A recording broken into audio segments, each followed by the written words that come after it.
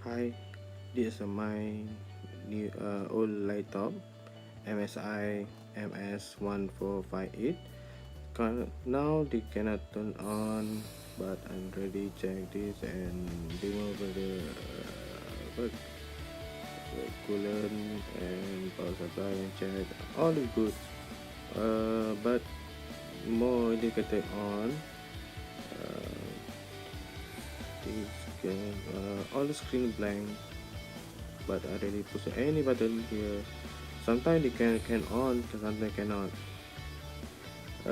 Cannot go into CMOS anything, all black. I already check on by socket display output VGA, is still blank, and my display. Okay, I already changed the RAM. The new I broke my friend my RAM.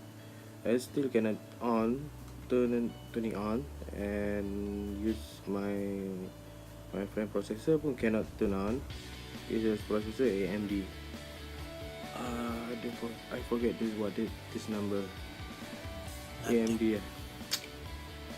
Okay, cannot turn thank you. on, I hope you can cannot help close me. in CMOS.